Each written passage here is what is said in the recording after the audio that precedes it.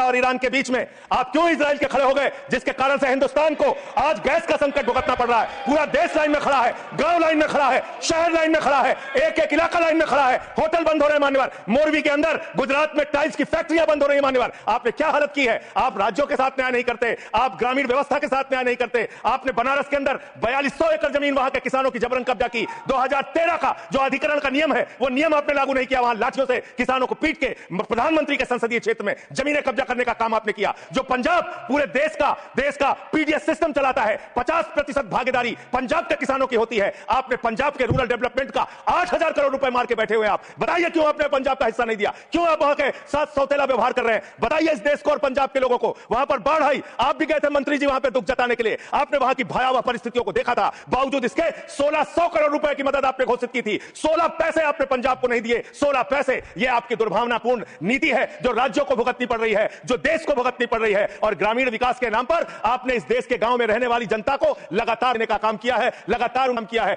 चाहे वो आंगनबाड़ी की स्कीम हो, आंगनबाड़ी की कार्यकर्तियां, हर काम में उनको आप लगा देते हैं, लेकिन आप उनको पैसा देने के नाम पर आपको हंसी आएगी, हंसी आएगी, हंसी आएगी।